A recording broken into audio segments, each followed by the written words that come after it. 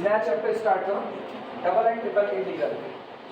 अब तक हम लोग सिंगल इंटीग्रल पढ़े हुए हैं। जैसे अगर मुझको इंटीग्रेट करना हो तो अब तक हम लोग देखे हैं integration sine x d x, इसे इंटीग्रेट किया हमने, इंटीग्रेट किया इंटीग्रेशन एक्स की power m d x standard form में।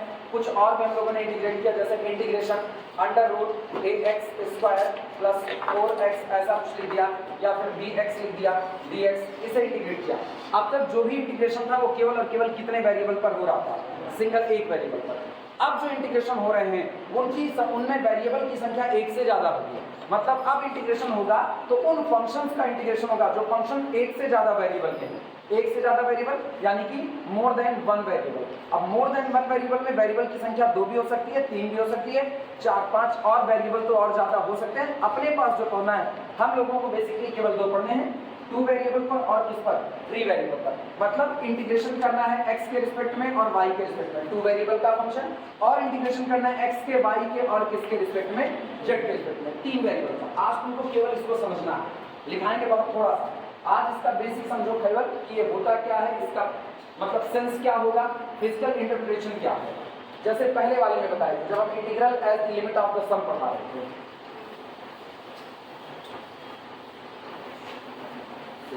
सबसे पहले बात आती है फंक्शन ऑफ 2 वेरिएबल। अगर कोई फंक्शन 2 वेरिएबल पर डिपेंड कर रहा है, अगर कोई भी दिया गया फंक्शन 2 वेरिएबल पर डिपेंड कर रहा है या 2 से ज्यादा वेरिएबल पर डिपेंड कर रहा है, तो हम उसको कहते हैं function of more than one variable. ठीक, एक वेरिएबल से ज्यादा का फंक्शन। एग्जांपल के तौर पर अगर हम एक फंक्शन बनाते हैं z is equal to x square plus y square plus x square, ये मैंने बनाया।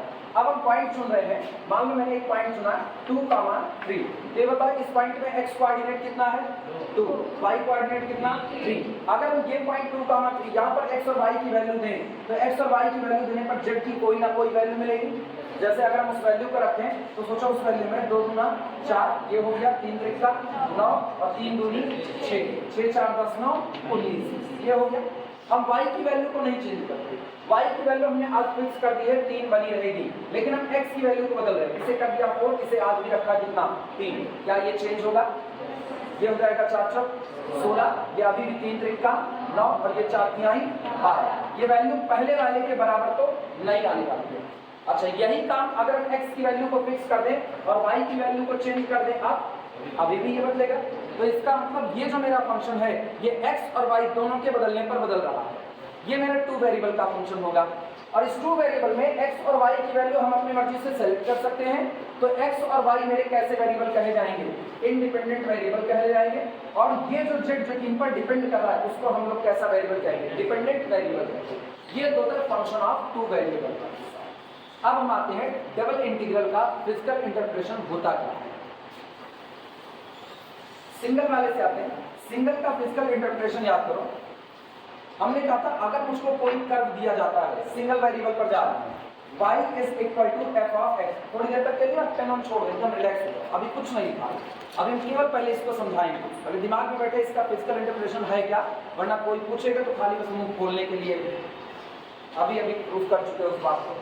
y is equal to f of x. अगर ये फंक्शन दिया गया है तो मान लो इसका हमने ग्राफ खींचा,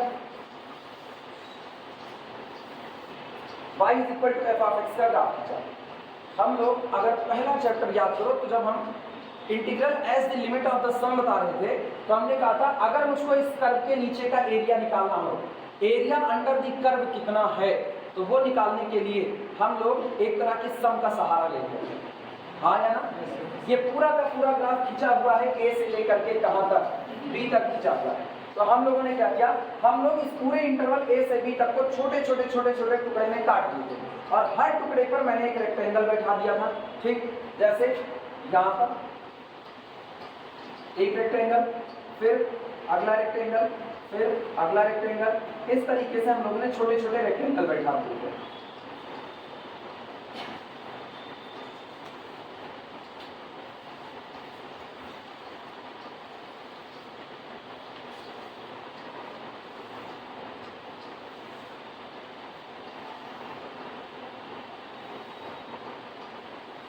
ऐसा रेक्टेंगल बैठा है और हमने कहा कि इनमें से हर रेक्टेंगल के लिए आप उसकी हाइट निकाल सकते हो और ये विड्थ हमने सब पर एक बराबर कितनी रखी हुई थी, स्मॉल h रखी हुई थी। तो हमने कहा अगर मुझको एक रेक्टेंगल की हाइट मिल जाती है कि एक रेक्टेंगल की हाइट कितनी होती है, मान लो इसकी हाइट जिस फंक्शन से रिप्रेजेंट होती है वो होती है f ऑफ i। रीजन, यहाँ पर हाइट केवल और केवल x का फंक्शन होगा। आप इनपुट x दोगे यहाँ से तो आपको यहाँ पर जो हाइट मिलेगी वो y की वैल्यू होगी कि नहीं होगी। इसका मतलब y is the direct function of x। y height जो आपकी निकल कर है वो किसका फंक्शन है, x का फंक्शन है। तो अगर हम उसकी हाइट को f ऑफ xi लिख रहे हैं पर्टिकुलर, जैसे मान लो मैंने पहले इंटरवल में किया तो पहले इंटरवल में एक पॉइंट मैंने चुना x1 और उस x1 पर जाकर के हमने फंक्शन की वैल्यू निकाल ली तो आया f ऑफ x1। ये आपके पहले इंटरवल की हाइट हो जाती है, सॉरी पहले रेक्टेंगल की हाइट हो जाती है। और उस रेक्टेंगल की विड्थ हमने कितनी मानी हुई है, स्मॉल h मानी हुई है। तो हम लोगों ने कहा था height into width, height into width करोगे तो लंबाई गुणे चौड़ाई, क्या आपको एक एरिया देगा कि नहीं देगा। मेरे पास इस पहले वाले रेक्टेंगल का एरिया आ गया जिसको हम कहते थे डेल्टा A1 कहते हैं, पहला एरिया। इसी तरीके से दूसरे वाले रेक्टेंगल का एरिया कैलकुलेट कर सकते हैं। फिर हम क्या करेंगे, इस इंटरवल के बीच में कोई पॉइंट लेते हैं, इस पॉइंट पर हम चेक करते हैं कि मेरे पास y की वैल्यू कितनी आती है, जो y की वैल्यू आएगी वही हाइट को रिप्रेजेंट करेगा। दूसरे की हाइट मिल गई, विड्थ आज भी आपने कितनी रखी हुई, स्मॉल h, फिर उसको मल्टीप्लाई किया, दूसरा एरिया क्या मिल गया, डेल्टा A2। इस तरीके से हमने जितने यहाँ पर पार्टीशन किए हुए थे हर एक रेक्टेंगल का एरिया निकाल सकते हैं कि नहीं। तो टोटल एरिया को जोड़ दो तो एरिया निकल करके आता है delta A1 plus delta A2 plus delta A3। और इस तरीके से करते करते अगर मैंने n टुकड़े किए हुए हैं तो डेल्टा AN, इनको जोड़ोगे तो कोई ना कोई एरिया हाथ में आएगा। ये एरिया मेरे एक्चुअल एरिया के अप्रॉक्सीमेटली बराबर है, एग्जैक्टली बराबर नहीं है, क्योंकि गौर करो रेक्टेंगल बनाने में अगर मैंने रेक्टेंगल को अंदर में खींचा हुआ है तो यहाँ कॉर्नर पर आरी के दांते जैसा थोड़ा थोड़ा हिस्सा छूट रहा है कि नहीं छूट रहा। ये जो हिस्सा छूट रहा है ये कह सकते हो परसेंटेज एरर पैदा करेगा आपके आए हुए एरिया में। एक्चुअल एरिया नहीं, ये अब तक कैसा एरिया आया, अप्रॉक्सीमेट आया। लेकिन अगर मुझको एक्चुअल एरिया चाहिए या मुझको अपने रिजल्ट के और नजदीक पहुंचना है तो हम इस पार्टीशन को क्या करें और इंक्रीज कर दें, मतलब रेक्टेंगल की संख्या को और ज्यादा बढ़ा दें। और तब हम कहते थे कि हम इस पर अप्लाई करते हैं limit n approaches to infinity. ये अप्लाई करें limit n approaches to infinity. n कौन है, अंदर में मौजूद रेक्टेंगल्स की संख्या है। जितना ज्यादा आप रेक्टेंगल बनाओगे उतना ज्यादा आप अपने एरिया के और एक्यूरेट एरिया के नजदीक पहुंच जाओगे। तो हम नंबर की संख्या को कहां तक पहुंचा दिए, रेक्टेंगल की संख्या को इंफिनिटी तक पहुंचा दिए। और उसके बाद ये जो कुछ निकल करके आया अगर तुमको याद हो तो इसी को हमने लिखा था this is called integration from a to b function f of x dx। यही कह हुए थे। तो इसका मतलब अगर कोई बात करे ना कि वन वेरिएबल पर जो आप इंटीग्रेशन निकालते हो वो क्या है, तो उसका फिजिकल इंटरप्रिटेशन है कि वो एरिया अंडर द कर्व है, किसी दिए गए कर्व के अंडर में कौन सा एरिया मौजूद है, आपने इसी की वैल्यू निकाली हुई है कि नहीं।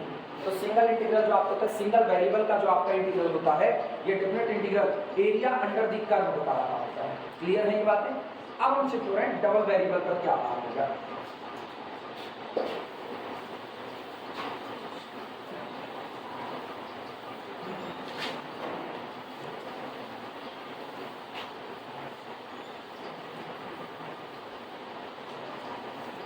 डबल वेरिएबल पर देखना, डबल वेरिएबल का मतलब आप किस में काम कर रहे हो, एक्स वाई प्लेन में काम कर रहे हो। और जब हम एक्स वाई प्लेन में काम कर रहे हैं तो मान लो मेरे पास एक एरिया निकल करके आता है या एक सरफेस है मेरे पास,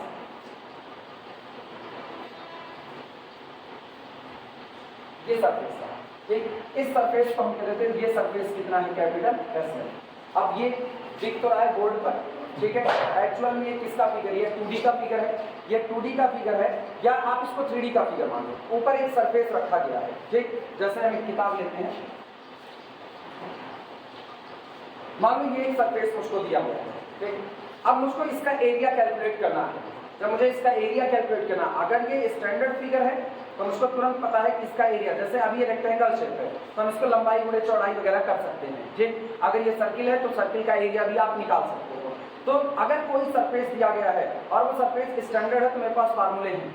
फार्मूले कहाँ से आते हैं, ऐसे ही कैलकुलेट करके फार्मूले आते हैं। चलो हम स्टैंडर्ड के लिए भी कैलकुलेट करते हैं। मान लो ये रेक्टेंगल दिया गया है, मुझको ये पूरा एरिया कैलकुलेट करना है, ये एरिया कैसा होगा, कितना है ये एरिया। तो हम क्या करेंगे, मेरे पास रास्ता एक है, या तो मेरे पास फार्मूला मौजूद है, हम इसका तुरंत एरिया कैलकुलेट करके निकाल दें, लेकिन स्टैंडर्ड वे में अगर फार्मूला ना मौजूद हो और तब आपको काम करना, तो हम क्या करेंगे, हम एक छोटे से टुकड़े का एरिया नापें, फिर अगले छोटे टुकड़े का एरिया, अगले छोटे टुकड़े का, ऐसे सारे छोटे टुकड़े का एरिया निकाल करके उनको आपस में ऐड कर दें, और ऐड करने के बाद वो पूरा एरिया, इसका एरिया निकल करके आ जाएगा, हाँ या ना। तब हम क्या करते हैं, अब हम क्या करेंगे, मान लो ये दिया गया है, तो इसका नीचे जो परछाई बन रहा होगा, या ये जिस इंटरवल में डिफाइंड हुआ होगा, x की वैल्यू a से b तक चली होगी, तो y भी तो कुछ ना कुछ चला होगा c से लेकर के d तक। जैसे अगर हम कहें ये डिफाइंड है x is equal to a से लेकर के x इज इक्वल टू कहाँ तक, b तक, तो हर x पर आपको y भी मिला होगा कि नहीं, तो y कितना गया होगा, y गया होगा c से लेकर के कहाँ तक, d तक।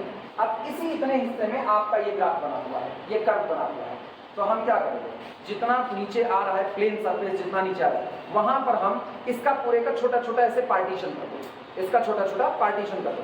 जब आपने इसका पार्टीशन कर दिया टुकड़े में, आपने इसको बांट दिया, तो एक मैथ की कॉपी के खाने की तरह से नजर आने लगा, यानी कुछ ऐसा।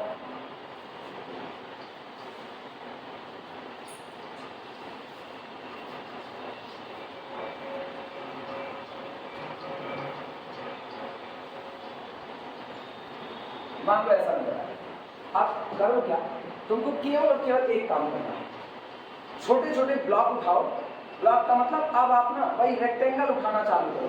अब रेक्टेंगल की बजाय हम ऐसे ब्लॉक की चर्चा करें, ऐसे ब्लॉक उठाओ और उस ब्लॉक को यहाँ नीचे से लगाना शुरू करो, ऐसा लगाओ कि हर ब्लॉक एक खाने को ऐसे कवर कर ले, इस तरह से अगला कवर करे, थोड़ा ऐसे इस तरीके से। तो सोचो ये ब्लॉक ऐसे नीचे आएंगे इस तरीके से, फिर अगला जो होगा वो कुछ यहाँ से आएगा, फिर अगला यहाँ से आएगा।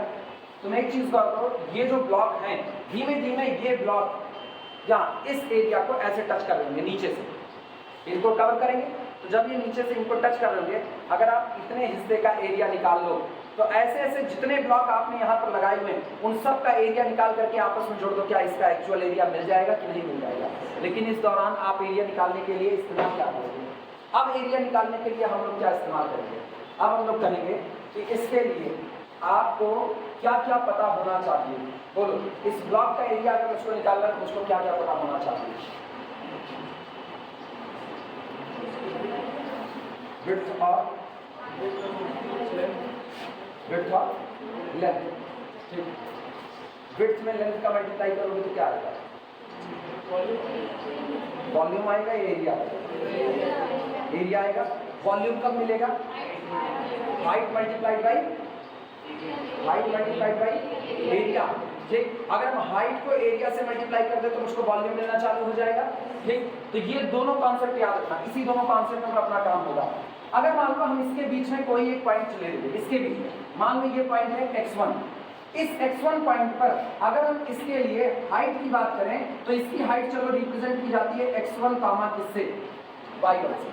यह मान रहे हैं, माना कोई फंक्शन है जो फंक्शन इसकी हाइट आपको दे सकता है, तो इसकी हाइट कितनी हुई, f of x1 comma y1 हुई, ठीक। दूसरा, अगर हम यहाँ पर एक पॉइंट कितना ले लें x2, तो x2 पर इसकी हाइट जो फंक्शन देगा वो आपको हाइट देगा f ऑफ x2 कामा कितना हो गया, y2 हो गया। इसी तरह अगले पर हम चले जाएं और अगले पर हमको मिलता है f ऑफ x3 कामा कितना हो गया, y3। ये बताओ इस तरीके से करते करते क्या मैंने जितने ब्लॉक यहाँ पर लगाए हैं उन सभी ब्लॉक की हाइट मेरे पास मौजूद हो जाएगी कि नहीं, हाइट मिल गई। अब एक काम, हाइट हाथ में रखते हैं, ये सब केवल और केवल हाइट रिप्रेजेंट कर रहा है। अगला, अगर इनकी विड्थ की बात करें तो मुझको इनकी विड्थ बड़े आसानी से मिल सकती है, क्योंकि हमने रेक्टेंगल ब्लॉक लगाए हैं और किसी रेक्टेंगल की विड्थ आप आसानी से निकाल सकते हो, ठीक। एक काम हो गया, तो एक तो हाइट मिल गई, दूसरा आप विड्थ निकाल लिया, और अगर आपको विड्थ मिल गई तो क्या आपको एरिया मिल सकता है कि नहीं मिल सकता है। और वो जो एरिया मिल रहा है, अगर पहला ब्लॉक है तो उसका एरिया हम लिख देते हैं किससे, डेल्टा A1 से। लेकिन एरिया कब मिलता है, लंबाई गुणे चौड़ाई का। तो लंबाई रिप्रेजेंट होती है x coordinate, sorry y coordinate से, और चौड़ाई रिप्रेजेंट होती है x कोऑर्डिनेट से। तो इसका मतलब हम इसको लिख सकते हैं, क्योंकि बहुत माइन्यूट क्वांटिटी है तो delta x into delta y, जो कि अब ये जिन पॉइंट पर है वो पॉइंट x1 y1 है, तो इसको लिखो डेल्टा x1 डेल्टा y1। अब ये बताओ क्या ये पहले वाले ब्लॉक का वॉल्यूम है कि नहीं, पहले ब्लॉक का वॉल्यूम ये रिप्रेजेंट कर रहा है हाइट, ये रिप्रेजेंट कर रहा है एरिया, तो हाइट इनटू एरिया, पहले वाले ब्लॉक का वॉल्यूम मिल गया कि नहीं मिल गया। दूसरा सुनना, ये हाइट है सेकंड वाले ब्लॉक की जो बगल में लगा हुआ है, और इसके लिए हम मान लेते हैं कि इसका जो हाइट निकल करके आता है, सॉरी एरिया, वो एरिया कितना आता है, delta x2 into delta y2। अगले वाले का कितना आएगा, delta x3 into delta y3। इस तरीके से सारा काम होता गया। और सोचो हमने जितने टुकड़े किए हुए थे उन सारे टुकड़े को ऐड करो तो पूरा वॉल्यूम मिल करके आता है f of x1 y1 into delta x1 delta y1 plus f of x2 y2 into delta x2 delta y2 plus up to so on plus f of कितना x xn करते हैं, xn yn delta xn into delta y। क्या ये total volume निकल करके आया? नहीं, ये अप्रॉक्सीमेट वॉल्यूम निकल करके आया, क्योंकि आपने ये कर्व देखो कैसा है, तिरछा। तो जब ये कर्व तिरछा है, ये सरफेस तिरछा है, तो जब आप ब्लॉक लगाओगे तो कुछ ब्लॉक टच करेंगे, कुछ ब्लॉक नहीं टच करेंगे।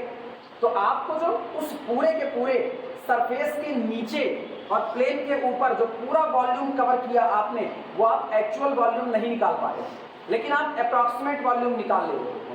ये बात है तुम लोगों को एक किताब में, हाँ मुश्किल कॉन्सेप्ट तो है ये, इतना भी आसान नहीं है। ये प्लेन बना, इस प्लेन को हम नीचे रख रहे हैं और ऊपर मैंने ये एक सरफेस कर दिया। आप सोचो हम इस चाप को सीधे नहीं रख रहे, हम इसको मोड़ दे रहे, सरफेस है, मुझको ये सरफेस निकालना है या मुझको ये पता करना है कि ये सरफेस एक्चुअल में कितना होगा, कैलकुलेट करना है। तो ये सरफेस था। अब ये बताओ, नीचे से छोटे छोटे ब्लॉक लगाओ। जब नीचे से आप ब्लॉक लगाओ, ब्लॉक का मतलब एक डिब्बा लगा हुआ, पतले पतले डिब्बे आपको लगाने हैं। तो यहाँ से डिब्बा खड़ा करोगे तो ऊपर आकर के टच करेगा, क्या पूरा डिब्बा एक्चुअल में टच कर जाएगा? नहीं।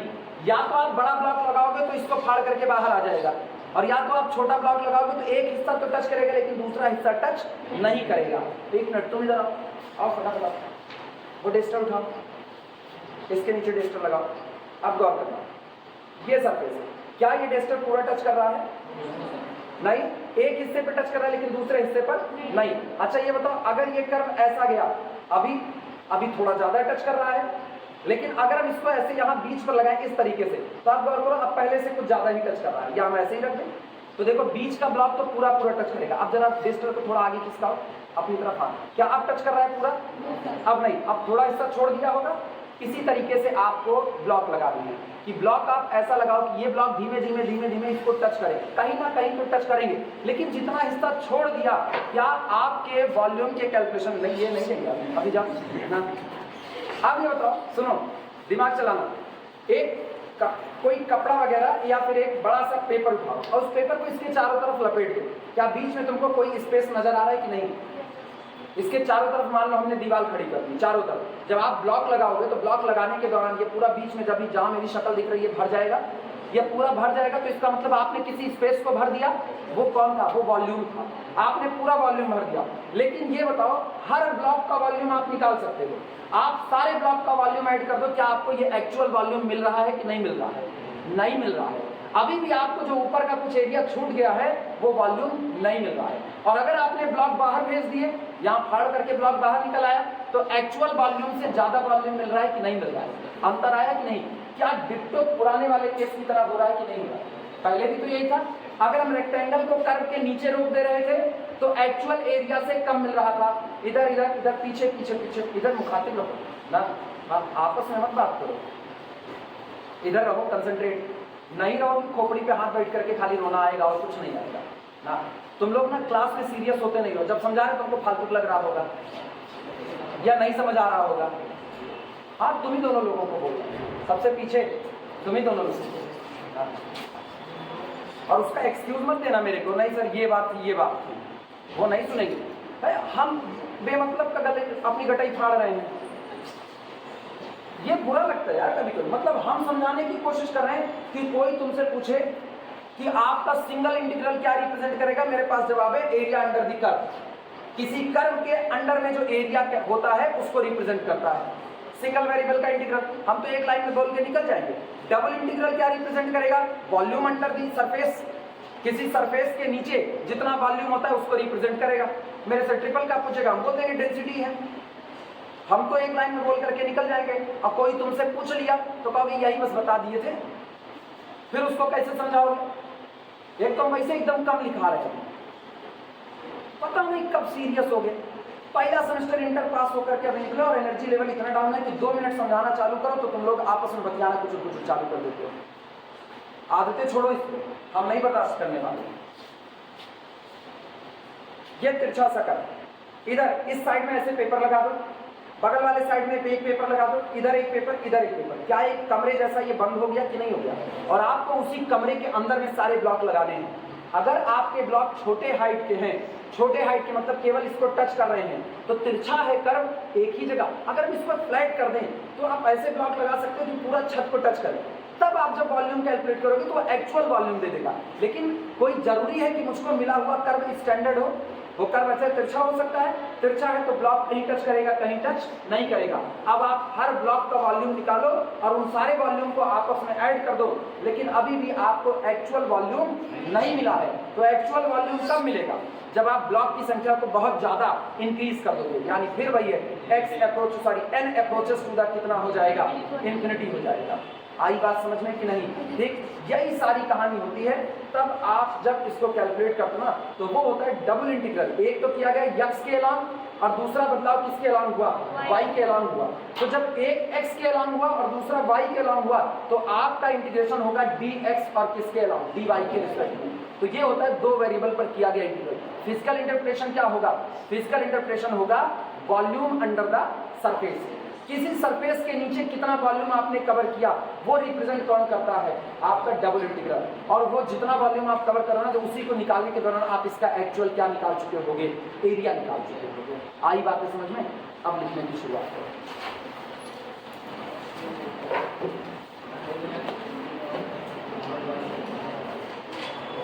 हाँ सुनो, ये जो सामने लिखा गया है, ये जो सामने लिखा गया यही आपके ये पहले ब्लॉक का वॉल्यूम है, ये दूसरे ब्लॉक का वॉल्यूम है, तीसरे ब्लॉक का, ये आपके nth ब्लॉक का वॉल्यूम है। क्लियर हुआ? हम इसी के ऊपर इन ब्लॉक्स की संख्या n अप्रोच करा देते हैं, इधर इन्फिनिटी की तरफ अप्रोच करा देते हैं। अच्छा, चूंकि x और y दोनों पॉइंट है, x और y, तो x भी बदलतेगा और y भी बदलेगा। तो यहाँ पर दो वेरिएबल पर चीजें डिपेंड कर रही हैं। तो x की संख्या और y की संख्या ये दोनों अप्रोच कर रही होगी। तो मतलब पार्टीशन जो हम कर रहे हैं उस पार्टीशन की संख्या को हम कितना ज्यादा फैला देंगे? इन्फिनिटी तक फैला देंगे। तब आपका केस बन जाता है लिमिटिंग नेचर का केस बनता है। अब हम एक्चुअल डिफिनेशन लिखा रहे हैं जो तुमको जहां से शुरुआत है। ये केवल और केवल इतना फिजिकल इंटरप्रिटेशन और क्योंकि इससे ज़्यादा हम भी नहीं समझाएंगे, इससे ज़्यादा मेरे पास और तरीके हैं समझाने के। लेकिन अभी हम जान गए ना, चलती हुई क्लास में मेरे को यहाँ खड़े होने के बाद नजर आता है कि लोगों का इंटरेस्ट कितना बन रहा है। तो इंटरेस्ट नहीं बन रहा, जिन्हें पढ़ो।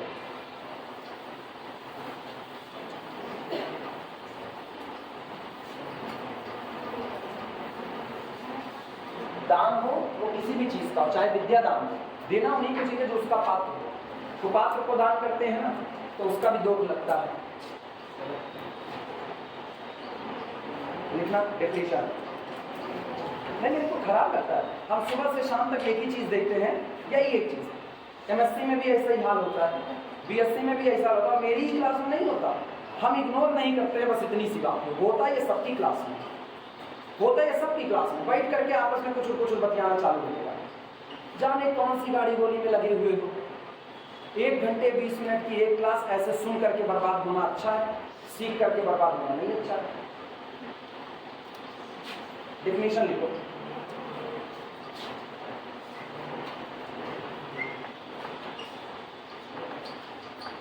डेफिनेशन सबसे पहली डेफिनेशन जो लिखी जा रही है डबल इंटीग्रल की लिखी है। ठीक, ये डबल इंटीग्रल क्या होता है?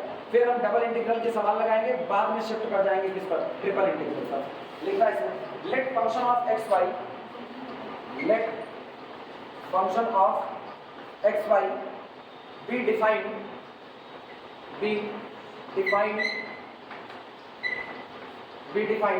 for all point x, y। अब हम पॉइंट की बात करें क्योंकि अब डबल इंटीग्रल की बात कर रहे हैं ना, तो डबल इंटीग्रल हम किसी प्लेन यानी किसी सरफेस पर आ गए और सरफेस का कोई पॉइंट एक कोऑर्डिनेट टाइप में लिखा जाता है। तो for all x, y belong to the finite region capital A, let function of x y defined, माना ये फंक्शन डिफाइंड होता है हर एक पॉइंट x, y के लिए। जितने पॉइंट उस रीजन में हैं उन सारे पॉइंट पर फंक्शन आपका डिफाइंड होता है, मतलब आपको वैल्यू फाइंड आउट होती है। Let delta x into delta y, let delta x into delta y, और जिस रीजन के आप पॉइंट ले रहे हो, ध्यान से सुना, जिस रीजन के आप पॉइंट ले रहे हो उस रीजन के एक छोटे से हिस्से का एरिया कितना मान रहे हैं, delta x into delta y, इसको एलिमेंट्री एरिया बोलते हैं, बहुत छोटे से पोर्शन का। क्योंकि अगर आपको एक छोटे से पोर्शन की इंफॉर्मेशन है तो बाकी का काम इंटीग्रेशन कर देगा, लिमिट ए से लेकर के कहां तक, बी तक, और सी से लेकर कहां तक, डी तक, क्योंकि दोनों वेरिएबल की लिमिट आएगी आपके पास। Let delta x delta y be an elementary area, elementary area of region capital A, of region capital A. जैसे इस पूरे बोर्ड को अगर हम माने कि पूरा बोर्ड एक सरफेस है, इस बोर्ड के एक छोटे से टुकड़े का हम यहाँ पर एरिया निकाल दें, जैसे इसकी डेल्टा एक्स लंबाई गुणे चौड़ाई, डेल्टा वाई, तो ये जो delta x into delta y आएगा, ये इस छोटे से हिस्से का एरिया होगा A1, चाहे इसको लिखा जाता है डेल्टा A1, और इसी को हम नाम देते हैं एलिमेंट्री एरिया। क्योंकि अब हम इस पूरे के पूरे बोर्ड को ऐसे छोटे एरिया में कैलकुलेट करें, ठीक, जितने भी नंबर में होंगे, जैसे मान लो इस बोर्ड को मैंने ऐसे ऐसे करते हुए 10,000 टुकड़े में बांटा है, तो एक टुकड़े का अगर आपको एरिया मिल गया तो पूरे का निकालने के लिए 10,000 से मल्टीप्लाई कर देंगे कि नहीं करेंगे। या दूसरी बात, चाहे तो आप इसको इंटीग्रेट कर लो, लोअर लिमिट ए से लेकर के अपर लिमिट बी तक, आपको पूरा एरिया मिल गया कि ए से बी तक कहाँ तक, चूंकि एरिया है ना, तो एरिया है तो 2 बार आएगा, मतलब एक्स के लिए एक लिमिट और एक लिमिट किसके लिए, वाई के लिए, सी से लेकर के कहाँ तक, डी तक। सिंगल वेरिएबल होता तो हम सीधे सीधे केवल एक्स के लिए काम करते। बोलो क्या करें, area of the region capital surrounding by, surrounding the point, क्या हुआ, अच्छा साउंडिंग लिख दिया, अरे सराउंडिंग लिखना है, सराउंडिंग एस, यार हम इसको लिखो SU डबल आर होगा कि SOU डबल आर, मेरे ख्याल से SU डबल आर को सराउंडिंग, अंग्रेजी में मेरे साथ ये दिक्कत है, अभी सही है, सही है, कभी आप सराउंडिंग द पॉइंट, हाँ मेरे साथ अंग्रेजी में दिक्कत है, अचानक से बोलते हैं, surrounding the point x, y, हम ये मान रहे हैं, माना f ऑफ एक्स वाई एक ऐसा फंक्शन है जो किसी रीजन में, लैंग्वेज हम लिखे गए हैं, पढ़ो अपनी भाषा में जहां आसानी से याद, माना f ऑफ एक्स वाई एक ऐसा फंक्शन है जो किसी फाइनाइट रीजन में जितने भी पॉइंट मौजूद हैं, कोराल लिखा है, जितने भी पॉइंट मौजूद हैं उन सभी पर आपका फंक्शन वेल डिफाइंड है। और डेल्टा एक्स डेल्टा वाई क्या है, डेल्टा एक्स डेल्टा वाई वो छोटा सा एरिया है, वो छोटा सा एरिया जो इस पॉइंट एक्स वाई को चारों तरफ से घेरे हुए है। जैसे अगर हम इसको सरफेस माने, ये पूरा सरफेस है कैपिटल ए, तो यहाँ पर अगर मैंने पॉइंट ले लिया, ये पॉइंट हो गया एक्स कॉमा वाई, तो इसको जो घेरे हुए एक छोटा सा जो कितने हिस्से का area, delta x into delta y, एक बहुत छोटे से पोर्शन का एरिया है, क्लियर हुआ। तो इस छोटे पोर्शन के एरिया को हम लोग क्या नाम देते हैं, एलिमेंट्री एरिया नाम देते हैं।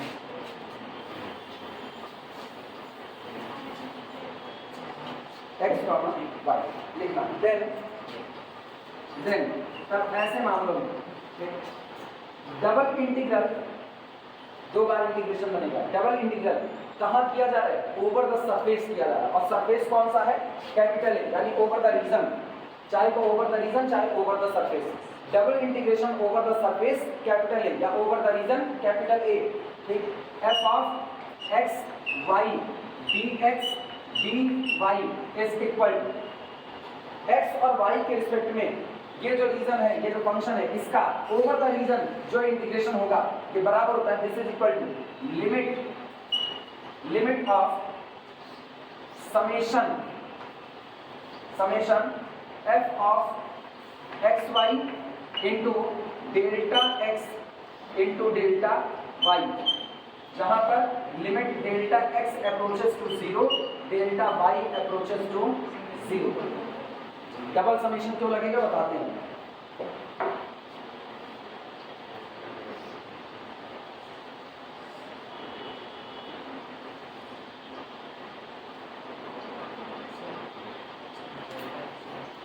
क्या होगा?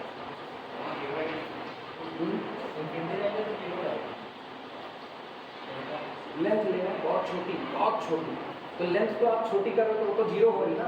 नंबर्स के आधार पर देखोगे तो जो आपने ब्लॉक लगाए ब्लॉक की संख्या कहाँ पहुंचा रहे, इन्फिनिटी। लेकिन जब आप ब्लॉक की संख्या इन्फिनिटी पहुंचाओगे तो उस ब्लॉक की जो आपकी विड्थ होगी वो कैसी होती जाएगी, वो तो जीरो की तरफ कन्वर्ट कर रही होगी ना। तो आप बहुत छोटे छोटे टुकड़े बना रहे हो, दिमाग करवाना।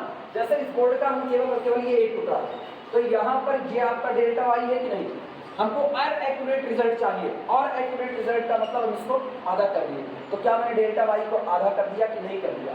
अच्छा, मेरे को और एक्यूरेट चाहिए, हम और आधा कर दिए, तो अभी मैंने और कम कर दिया। जितना छोटा हो उसके उतना छोटा करते जाने से इसका मतलब delta y approaches to the zero और delta x approaches to the zero. तो आप एलिमेंट्री का मतलब ना इतना छोटा है कि हम उसको एक यूनिट के तौर पर लेते हैं, बहुत छोटे से। तो delta x delta y approaches to the zero. Double summation क्यों है? क्योंकि x और y दोनों वेरी कर रहा है, आपको x के डायरेक्शन में भी देखना है और y के डायरेक्शन में भी, इसीलिए क्या लगेगा डबल समेशन। तो double integral over the surface capital A function of x y dx dy ये बराबर होता है limit of double summation f of x y into delta x delta y. अब सुनो, इसको अभी समझाते वक्त बोले थे ये क्या रिप्रेजेंट कर रहा था, height. Function of x y क्या रिप्रेजेंट किया था, हाइट। और ये इतना पोर्शन क्या रिप्रेजेंट किया था, एरिया। तो एरिया इनटू हाइट वॉल्यूम बना कि नहीं बना? तो इसका मतलब अगर कोई पूछे कि डबल इंटीग्रेशन का फिजिकल इंटरप्रिटेशन क्या होता है, तो जवाब होगा वॉल्यूम अंडर अ सरफेस। किसी सरफेस के नीचे कितना वॉल्यूम मौजूद है उसको निकालता है कौन, double integration over the surface capital. आज बात है समझ में। पुराना वाला क्या था, सिंगल वाला। सिंगल क्या था, एरिया अंडर द कर्व। बस यही अपने को काम करना है। सिंगल इंटीग्रेशन है तो area under the curve, double integration है तो वॉल्यूम अंडर द सरफेस हो जाता है। समझ में आ रही बात है? लिखना इस कार्ड, इसके बाद लिखना, ये पूरा लिख चुके हो, इसके बाद नीचे लिखो इस कार्ड कहा जाता है, is card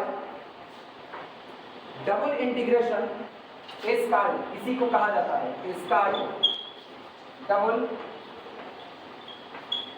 integration, double integration over the region capital A, over the region capital A, इसे हम डबल इंटीग्रेशन कहते हैं over the region capital A.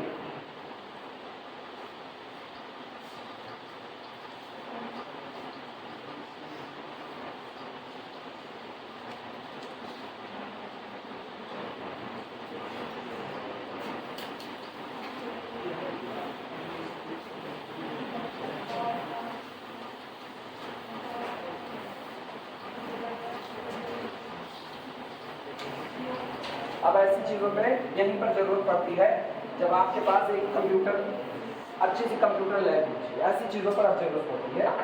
जैसे अगर मेरे पास स्लाइड वगैरह हो, ठीक है, प्रोजेक्टर हो, तो हम बिल्कुल तब इस पर 3D इफेक्ट टाइप पे इसमें दिखाया जा सकता है।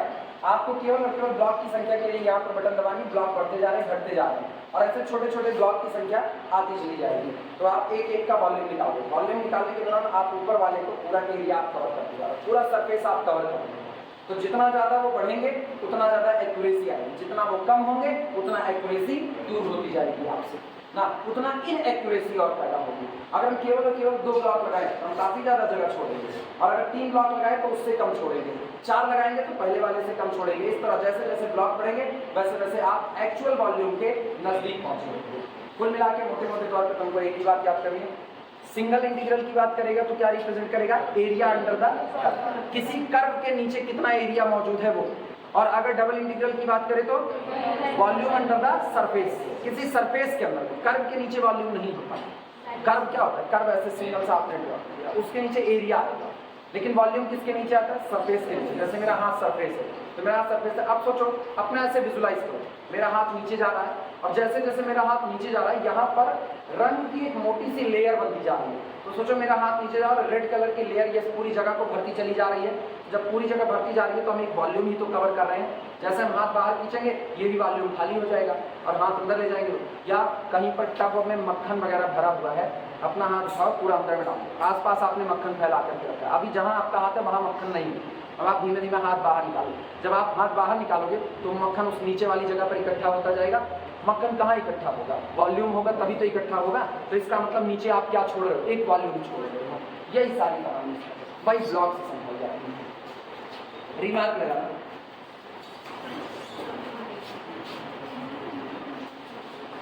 रिमार्क, टेंशन ना लो।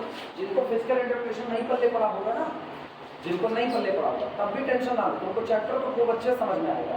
क्योंकि तुम जहाँ पर खेलते हो तुम वही खेलते हो, डिफरेंशिएशन और इंटीग्रेशन पूरे चैप्टर में वही बनने वाला है। केवल इंटीग्रेशन मजबूत होना चाहिए। एक बात जान लो, इस पूरे चैप्टर को निभाने के लिए तुमको केवल एक चीज आनी चाहिए, जबरदस्त तरीके से इंटीग्रेशन करना।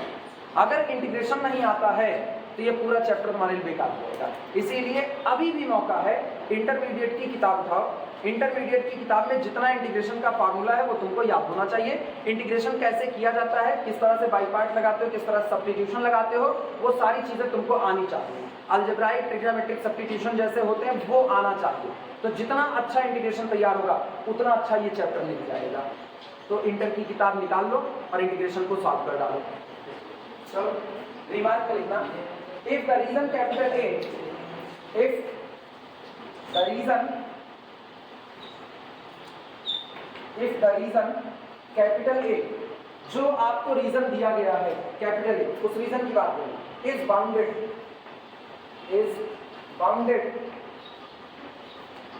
bounded by the curve, is bounded by the curve x is equal to x1, x is equal to x2, y is equal to y1, y is equal to y2। जिस रीजन की बात हो रही है, अगर वो reason दिए गए curve x is equal to x1, x is equal to x2, y is equal to y1 और y is equal to y2 इसके द्वारा बाउंडेड है, इनके द्वारा बंधा हुआ, मतलब चारों तरफ से घिरा हुआ, जैसे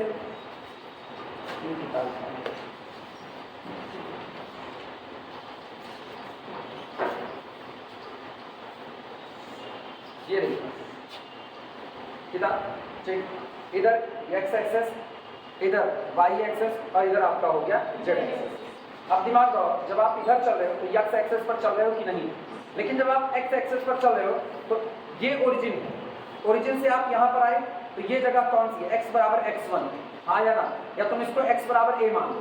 इधर ओरिजिन मौजूद है, ओरिजिन से जैसे जैसे आप दूर हटोगे वैसे वैसे आप एक दूरी चल रहे हो कि नहीं चल रहे हो। तो आप ओरिजिन से चलते हुए आए, मान लो x बराबर a पर आ गए, और आगे बढ़ो, x ही तो बढ़ रहा है, तो यहाँ पहुंचे तो x बराबर कितना पहुंचे? b। तो जब आप इतने हिस्से को देखो, क्या ये x बराबर a से x बराबर b के बीच में बंधा हुआ है कि नहीं बंधा हुआ है? यही आपको y का है, y किधर चलेगा? इस साइड में। अब अगर ये ओरिजिन मौजूद है यहाँ पर तो आप इस पर चल रहे हो, तो ये आपका पहला कौन हुआ? y1 और ये कौन हुआ? y2।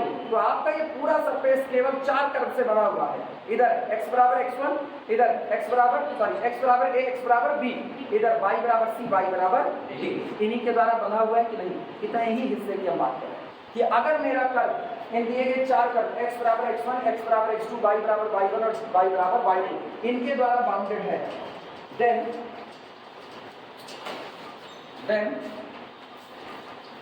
integration over the surface A या integration over the region capital A of function f of xy dx dy is equal to, तब ये जो इंटीग्रेशन होगा ये होगा integration from y1 to y2 और integration from x1 to x2 function of xy dx dy जिनके बीच में bound है वही आपको लोअर और अपर लिमिट मिलेगी।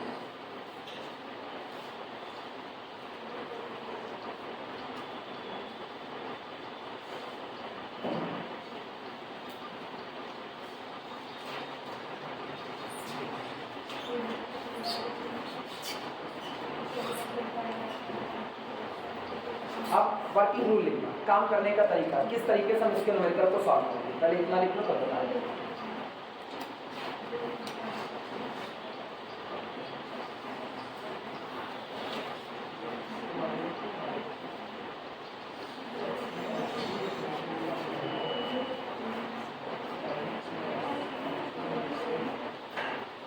ये थोड़ा सा इसमें ठीक है, अभी तो ऐसा सुनो, इसमें थोड़ा सा उल्टा हो गया है।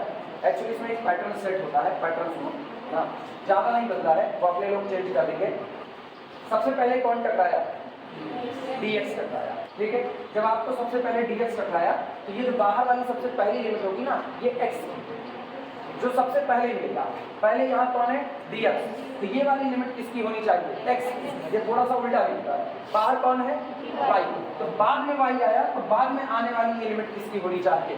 y की होनी चाहिए। ये थोड़ा सा उल्टा हो गया। इसको एक काम करो ना, इसको x1 कर लो, इसको x2 कर लो, इसको कर लो y1 और इसको कर लो y2। ये थोड़ा सा फर्क लो, काहे गलत किया जाए? dx dy, हाँ जिस पर हाँ वहाँ भी बदल सकते हो, dy पहले कर सकते हो, dy dx कर दो, वो कहीं भी, बस ये पैटर्न याद रखना है। पहली जो लिमिट आएगी वो यहाँ से डिसाइड होगी किसकी है। अगर पहले मैंने dx लिखा है तो सबसे पहले टकराने वाली लिमिट किसकी होगी? x की, और बाद में y लिखा है तो ये वाली लिमिट किसकी होगी? y की होगी। अगर यही पलट दो तो पहली लिमिट किसकी बन जाएगी? y की, और दूसरी किसकी बन जाएगी? x की बन जाएगी। अब हेडिंग डालो वर्किंग रूल, काम करने का तरीका।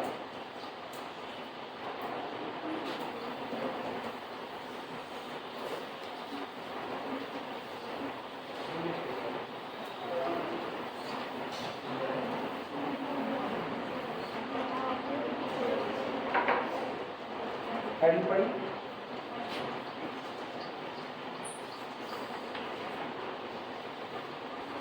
Working rule.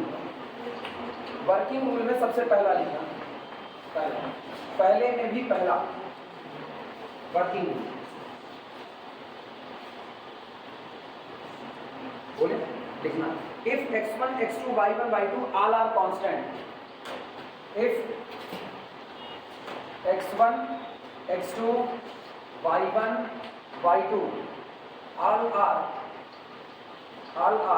constant, all are constant। अगर ऐसा हो कि जो आपको लिमिट दी जा रही है, चाहे वो x की हो चाहे y की, वो सारी की सारी लिमिट कैसी हो जाए? कांस्टेंट हो जाए। ठीक, this implies that order of integration is immaterial, order of integration is immaterial, मतलब कोई मायने नहीं रखता, इमैटेरियल। चाहे आप पहले x के लिए इंटीग्रेट कर डालो, चाहे आप पहले y के लिए, लेकिन ये ख्याल रखना लिमिट ऑर्डर में ही आनी चाहिए। लिमिट आप ये नहीं कह सकते कि x की लिमिट को y का बना दो, y की लिमिट को x का बना दो।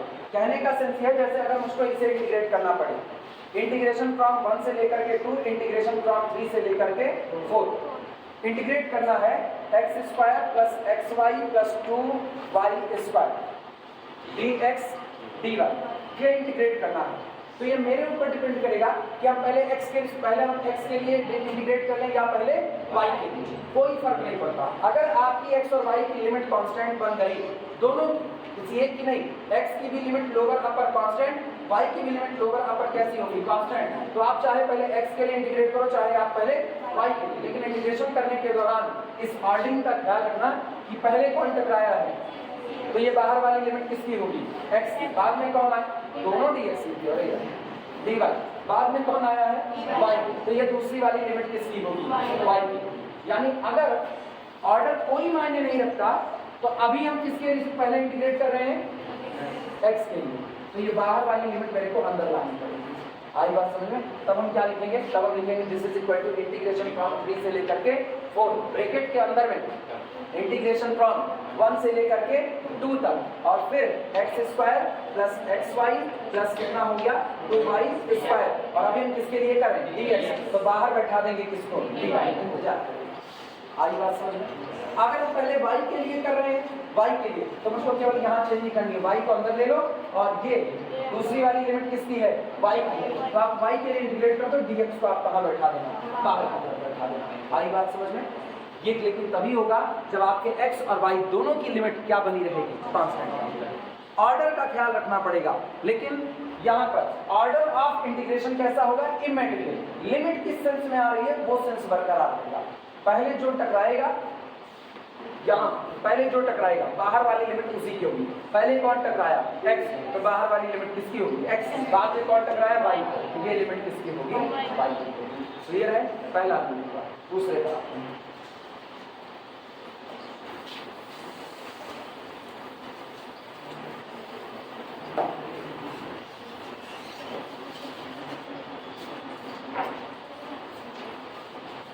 सेकेंड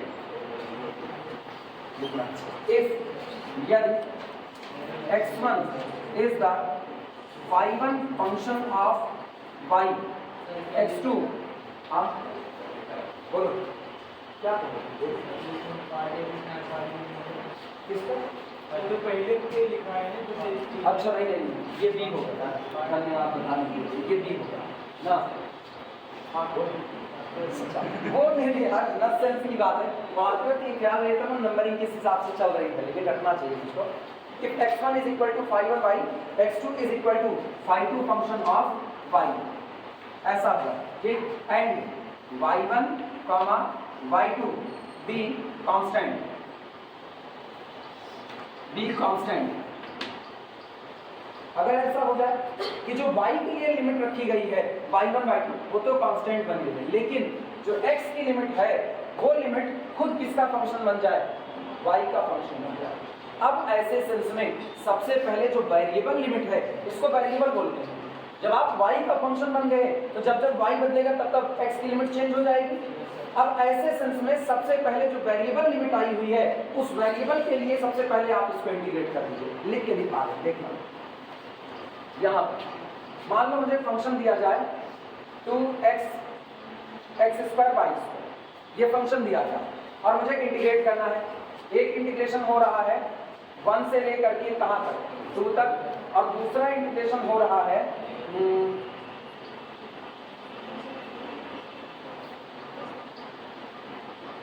0 से लेकर के under root A square minus Y square, ऐसा dy dx। हाँ है ना। ये बताओ सबसे बाहर वाली लिमिट किसकी है y की, क्या उसकी लोअर और अपर दोनों लिमिट कांस्टेंट बनी हुई है। अंदर वाली लिमिट किसकी है x की, x की लिमिट का हाल देखो क्या वो वेरिएबल हो गई कि नहीं हो गई। लोअर वाली तो कांस्टेंट है 0 पर, लेकिन अपर वाली किसका फंक्शन बन गई y का। हाँ है ना। आप y को चेंज करोगे तो क्या अपर लिमिट बदल जाएगी कि नहीं बदलेगी। इसका मतलब x के लिए आपका जो x1 आया वो तो 0 है, लेकिन जो आपका x2 आया वो आपका फाई फंक्शन ऑफ क्या बन गया y, यानी this is equal to under root A square minus कितना हो गया y स्क्वायर। और जैसे आपकी कोई भी लिमिट वेरिएबल बन गई तो सबसे पहले वेरिएबल के रिस्पेक्ट में इंटीग्रेशन करना। जिस आपकी जो लिमिट वेरिएबल बनी हुई है उसी के लिए सबसे पहले आप इंटीग्रेशन करोगे, यानी सबसे पहले इंटीग्रेशन किसके लिए करेंगे x के रिस्पेक्ट में इंटीग्रेशन करेंगे। ये हो जाएगा। अब हम लोग इसको लिखेंगे this is equal to integration from 1 से 2, इसको बाहर रोक दो, इंटीग्रेशन फ्रॉम 0 से लेकर के under root A square minus कितना हो गया y square 2x square y square, अंदर में कौन आया dx और बाहर कौन जाएगा dy। हाँ या ना। और जब आप इसको इंटीग्रेट करोगे तो इंटीग्रेट करने के बाद यहाँ पर जहाँ पर x है उसकी जगह पर आप ये वैल्यू रखोगे, upper limit minus lower limit चलता है, function on the upper limit minus function on the lower limit. अब जो आएगा ना सॉल्व करने के बाद वो पूरा केवल किसका फंक्शन बन जाएगा y का, और उसको y के लिए हम क्या करेंगे इंटीग्रेट करेंगे। क्लियर है ये बातें। दो रूल हुए अभी तक। पहला रूल, अगर x और y दोनों की लिमिट कांस्टेंट बन गई दोनों की, तो चाहे पहले x के लिए इंटीग्रेट कर लो चाहे पहले y के लिए, लेकिन लिमिट का ख्याल रखना जो जिसकी लिमिट है उसी पर रखी जाएगी, दूसरे पर नहीं रखी जाएगी। अगली बात, अगर y की लिमिट कांस्टेंट बनी रही लेकिन x की लिमिट y का फंक्शन बन गई, तो जब x की लिमिट y का फंक्शन बन गई तो जिसकी लिमिट वेरिएबल बन गई है पहले उसी के रिस्पेक्ट में क्या कर दिया जाएगा इंटीग्रेशन। किसकी लिमिट वेरिएबल बनी x की, तो पहले इंटीग्रेशन किसके रिस्पेक्ट में होगा x के। यही काम y के साथ, अगर x और y की लिमिट में से x की लिमिट कांस्टेंट बनी रही और y की लिमिट x का फंक्शन बन गई तो y की लिमिट वेरिएबल हो गई कि नहीं हो गई। और एक बार अगर y की लिमिट वेरिएबल हो गई तो अब सबसे पहले इंटीग्रेशन किसके रिस्पेक्ट में होगा y के, और बाद में बचे हुए का किसके लिए होगा x के। जो रिजल्ट आएगा उसका इंटीग्रेशन किसके लिए होगा x के लिए होगा। समझ में आई बात है। अगली बात के लिए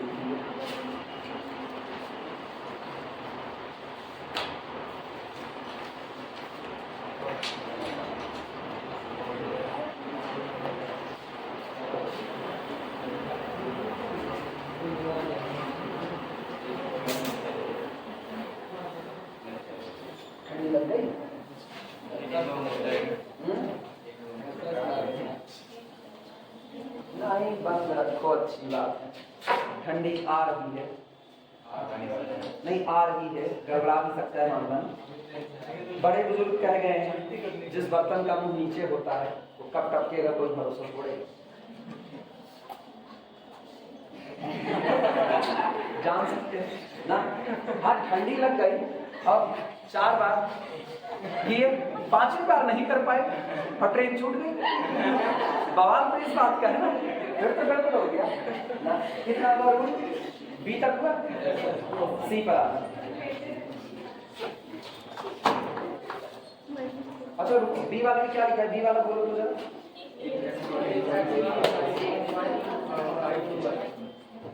If x1 is equal to phi1y, x2 is equal to phi2y and y1 and y2 be constant। ये लिखना। In this case लिखो, इस बात को आगे लिखना है ना। In this case, हाँ उसी में। In this case मतलब अगर ऐसा हुआ कि मेरे लिए x की लिमिट वेरिएबल बन गई और y की लिमिट कांस्टेंट रह गई, in this case be first integrate, in this case be first integrate, in this case be first integrate with respect to x, be first integrate with respect to x and then y, and then y, और फिर किसके लिए integrate करेंगे? y के लिए integrate करेंगे। हुआ?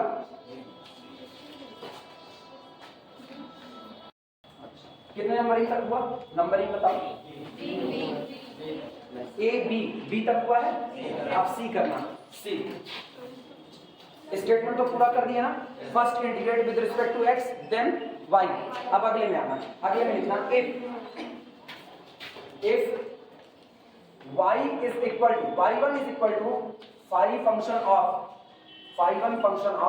x, y2 is equal to phi2 function of x। मतलब जो y की लिमिट थी y1 y2 वो किसका फंक्शन बन चुका है? x का। यानी y की लिमिट क्या बन चुकी है? वेरिएबल बन चुकी है। And x1, x2 are constant,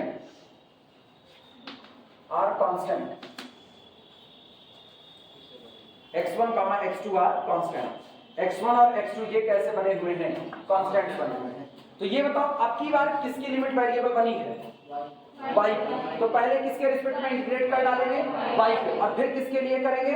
x के। लिखना in this case first integrate, in this case first integrate with respect to y, first integrate with respect to y, in this case first integrate with respect to y and then with respect to x, and then with respect to x। पहले आप y के लिए integrate कीजिए, फिर आप किसके लिए integrate कीजिए?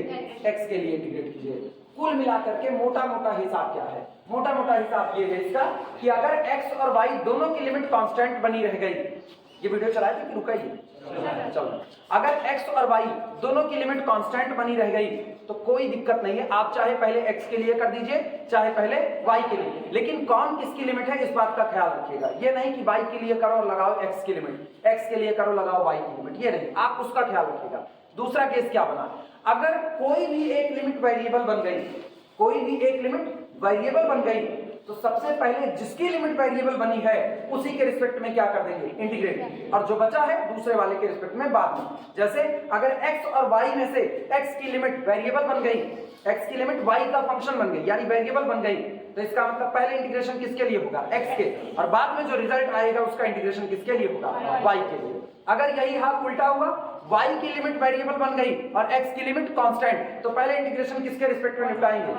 y, और बाद में x। क्लियर है ये बात है? दूसरी बात जो सबसे इंपॉर्टेंट है, ठीक है, जब तक हम x के लिए इंटीग्रेट कर रहे होंगे तब तक y को कांस्टेंट की तरह माना जाएगा, और जब हम y के लिए इंटीग्रेट कर रहे होंगे तब तक x के लिए क्या मान लिया जाएगा? x को कांस्टेंट मान लिया जाएगा। क्लियर है ये बात?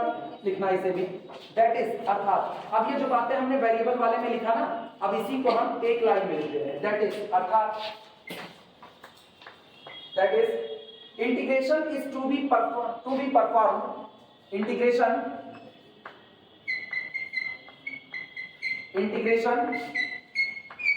is to be performed to be performed, integration is to be performed with respect to that variable, with respect to that variable,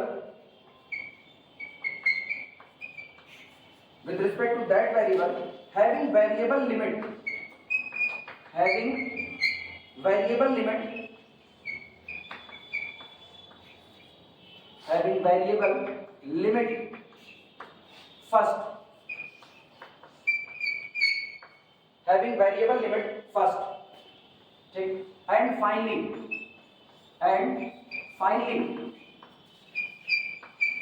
finally with respect to variable, finally with respect to variable, with respect to variable with constant limit, with constant limit, ये जो बातें अलग अलग करके लिखी गई उसी को एक साथ लिख दिया गया, लिखा गया integration is to be performed with respect to that variable having variable limit first. सबसे पहले जो वेरिएबल के फॉर्म में अपने लिमिट रखा हुआ है उसके लिए हम इंटीग्रेट करेंगे, एंड फाइनली और आखिरी में विद रिस्पेक्ट टू वेरिएबल, उस वेरिएबल के रिस्पेक्ट में इंटीग्रेट करेंगे विद कांस्टेंट लिमिट, जिसकी लिमिट क्या बनी हुई है, कांस्टेंट बनी हुई है। क्लियर है? अब पहला पॉइंट यहां पर खत्म होता है, सेकंड पॉइंट स्टार्ट करना है, पॉइंट नंबर 2। पहले में 3 पॉइंट थे, point A, point B, point C. अब सेकंड वाला स्टार्ट करना। टाइम ओवर नहीं हुआ लिखो ना, आओगे नहीं टाइम से, टाइम ओवर जरूर हो जाएगा। मेरे काम बहुत तेज है, ये सब आपस में चर्चा ना किया करो। टाइम ओवर वो मुझको तुरंत सुनाई देता है। सेकंड, हम क्या भगवान काम तेज कर दिए, हाथी वाला लगाए होते तो और अच्छा। सेकंड लिखना, इफ यदि f of xy is equal to 1, अगर कहीं ऐसा हुआ कि f of xy कितना हो गया, ठीक, चले जाओ वापस लौटो उसी इंटीग्रेशन के पास, जो इंटीग्रेशन था उसी के पास वापस लौटो। क्या था? Integration over the region capital A, यहाँ क्या लिखे थे, function of x y, delta x delta y, ये क्या रिप्रेजेंट कर रहा था, हाइट रिप्रेजेंट कर रहा था, हाँ या ना, और ये क्या रिप्रेजेंट कर रहा था, एरिया रिप्रेजेंट कर रहा था। अगर ऐसा हुआ कि आपने जितने ब्लॉक लगाए हैं उन सारे ब्लॉक की हाइट आपने कितनी कर दी, 1 कर दी, तो जैसे ही आप ब्लॉक की हाइट 1 करोगे तुरंत केवल और केवल यहाँ क्या बचेगा, एरिया, ये तो 1 हो गया। अब जब आप इंटीग्रेट करोगे तो आपको क्या मिलेगा, actual area of that surface मिलेगा। आई बात समझ में? लिखना इस बात को। इसीलिए डबल इंटीग्रेशन किसी दिए गए सरफेस का एरिया बताता है और ट्रिपल इंटीग्रेशन किसी दिए गए स्पेस का वॉल्यूम बताता है। ट्रिपल इंटीग्रेशन किसी दिए गए स्पेस का वॉल्यूम बताता है, डबल इंटीग्रेशन किसी दिए गए सरफेस का एरिया बता रहा होता है। क्या ना, बस ये इसीलिए हम इसको दोबारा बोले क्योंकि हम जानते थे यहाँ पर तुम लोग टकराओगे, पूछ ली है, अच्छी बात है। पहले हमने क्या कहा, पहले हमने कहा डबल इंटीग्रेशन का फिजिकल इंटरप्रिटेशन होता है वॉल्यूम अंडर द सरफेस। शब्द क्या बताया, वॉल्यूम अंडर द सरफेस। किसी सरफेस के नीचे कितना वॉल्यूम है वो डबल इंटीग्रेशन बताएगा, लेकिन इस सरफेस का एरिया कौन है वो भी कौन बताएगा, डबल इंटीग्रेशन। तो जब इस सरफेस का एरिया बताना होगा तो कौन बताएगा, डबल इंटीग्रेशन। इस सरफेस के नीचे कितना वॉल्यूम कवर है वो बताना है तो भी कौन बताएगा, डबल इंटीग्रेशन बताएगा। दोनों ही डबल इंटीग्रेशन। वॉल्यूम किसका बताएगा, इस सरफेस के नीचे वाले का, कितना स्पेस आपका है इसका वॉल्यूम बताएगा, ठीक। और ट्रिपल इंटीग्रेशन किसी स्पेस का वॉल्यूम बताएगा, किसी स्पेस का वॉल्यूम बताएगा वो आपको। लेकिन पता है जब उसमें अंडर की बात होगी ना तो वो डेंसिटी की तरफ भाग जाएगा, क्योंकि डेंसिटी घनत्व होता है, घनापन कितना आ रहा है। तो सिंगल इंटीग्रेशन में वापस सुना, जो आपका सिंगल इंटीग्रेशन होता है ये रियलिटी में क्या बता रहा होता है, लेंथ बता रहा होता है। फिजिकल इंटरप्रिटेशन में थोड़ी देर बांध करके सोचा जाता है। ये आपके कर्व की क्या बता रहा होगा, लेंथ। जैसे ये मेरा कर्व है, ये चला ए से लेकर के कहां तक, बी तक, तो ए से बी तक इसकी लेंथ बताएगा। लेकिन एरिया की दुनिया में बात करोगे तो क्या बताएगा, एरिया अंडर द कर्व बताएगा। इस कर्व के नीचे कितना एरिया है वो भी यही बताएगा। तो लेंथ भी कौन बताएगा, ये, लेकिन लेंथ किसकी बताएगा, कर्व की। और एरिया कौन सा बताएगा, इस कर्व के नीचे वाले का। क्लियर है। इसी तरह जो डबल इंटीग्रेशन होता है, डबल इंटीग्रेशन वो किसी सरफेस का क्या बताएगा, सरफेस का एरिया बताएगा, और सरफेस के नीचे जो स्पेस है उसका क्या बताएगा, वॉल्यूम बताएगा। पता चला अंतर। तो वो अंडर द कर्व बात कर रहे हैं, और under the curve under the surface की बात कर रहे हैं, तब हम वॉल्यूम और एरिया की बात किए। सिंगल सिंगल में तो जो है वही रहने वाले हैं। शब्दों के बड़े मायने होते हैं। एक शब्द इधर से उधर हुआ, दुनिया तबाही मचनी चालू हो जाती है।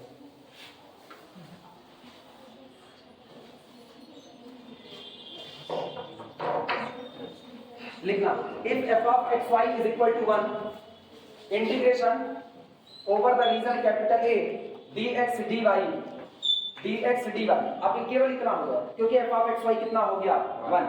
ठीक, give the area of the region capital A, give the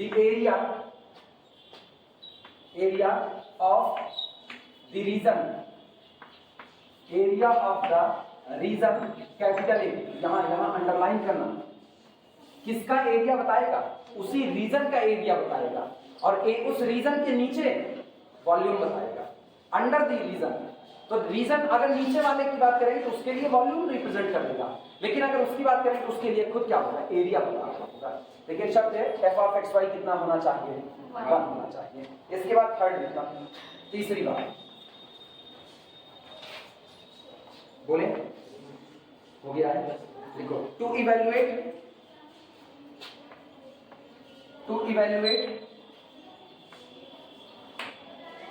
integration from y1 से लेकर के y2, इंटीग्रेशन फ्रॉम x1 से लेकर के x2, ठीक, function of xy dx dy is equal to, ठीक, इंटीग्रेशन y1 से लेकर के कहां तक, y2 तक। कुछ गड़बड़ दिखा, कुछ गड़बड़ दिखा, पहले कौन टकराया, तो ये पहले वाले क्या होना चाहिए, dy होना चाहिए था।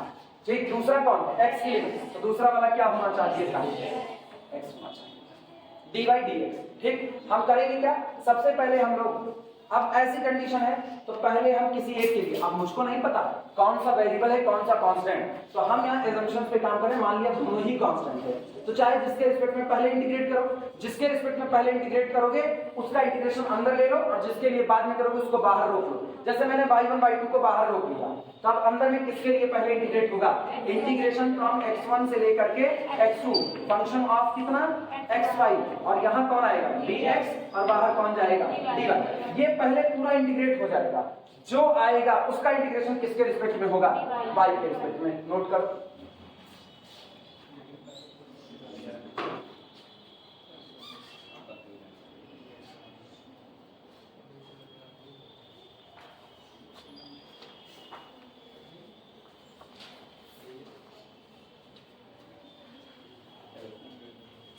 हो गया, नोट लगाना, क्या हुआ, अब कहाँ तकलीफ आई, अच्छा भी लिखी नहीं है, लिखो जरा, नहीं तो इससे तकलीफ मिलोगे, हम पे नस्ती भी जाना है, लिखो 3 6 को फटाफट लिखो। कौन सा, वहीं पगलाए नहीं, क्या कहे अभी तुमसे, जिसके रिस्पेक्ट में पहले इंटीग्रेट करेंगे उसको ला दो साथ, हाँ या ना। तो ये पहले कौन आया, पहले हाँ या ना, ये इसकी लिमिट है, वही भूल गए, वही तो अभी किताब दे करके क्लियर करवाए। ये बाद में आया तो ये दूसरे वाले dx की लिमिट है, ठीक है, वो हम जानबूझ करके x y में उसको लिख रहे हैं। नोट लगाओ फटाफट, नोट लगाओ, आगे बढ़ो। बोले b integrate f of x y, देखो b इंटीग्रेट, अभी तुम लोग ये लिख रहे हो, नोट में लिखना b integrate f of x y, b integrate f of x y with respect to x, b integrate f of x y with respect to x, treating y constant, treating y constant, treating y constant, ठीक, क्या लिखा गया, be integrate with respect to x, हम x के respect में integrate करते हैं Y को क्या मानते हुए, कांस्टेंट मानते हुए, एंड गेट और प्राप्त कर, and get a function of y, and get a function of y. पहले हम x के रिस्पेक्ट में इंटीग्रेट करते हैं, दिमाग चलाना, पहले हम x के रिस्पेक्ट में इंटीग्रेट करते हैं, और जब हम x के रिस्पेक्ट में इंटीग्रेट करते हैं तो y को क्या मान लेते हैं, कांस्टेंट। ये इंटीग्रेशन के बाद मुझको फंक्शन ऑफ क्या देता है, y। अब ये जो फंक्शन ऑफ y आया, अब इसको फाइनली इंटीग्रेट करते हैं किसके लिए, y के लिए। ठीक, लिखा गया be integrate with respect to x treating y constant and get a function of y, full stop. Now integrate it with respect to x. Now integrate it with respect to x. Sorry, y x के लिए तो हो गया। Now integrate it with respect to y. अब हम इसको integrate करते हैं किसके रिस्पेक्ट में, y के रिस्पेक्ट में। इतनी ही थ्योरी डबल इंटीग्रेशन की है। अब कल मतलब अब जब अगला टर्म आएगा तो अगले टर्म पे इसके न्यूमेरिकल लगाएंगे। ठीक, एक्सरसाइज की शुरुआत होती है।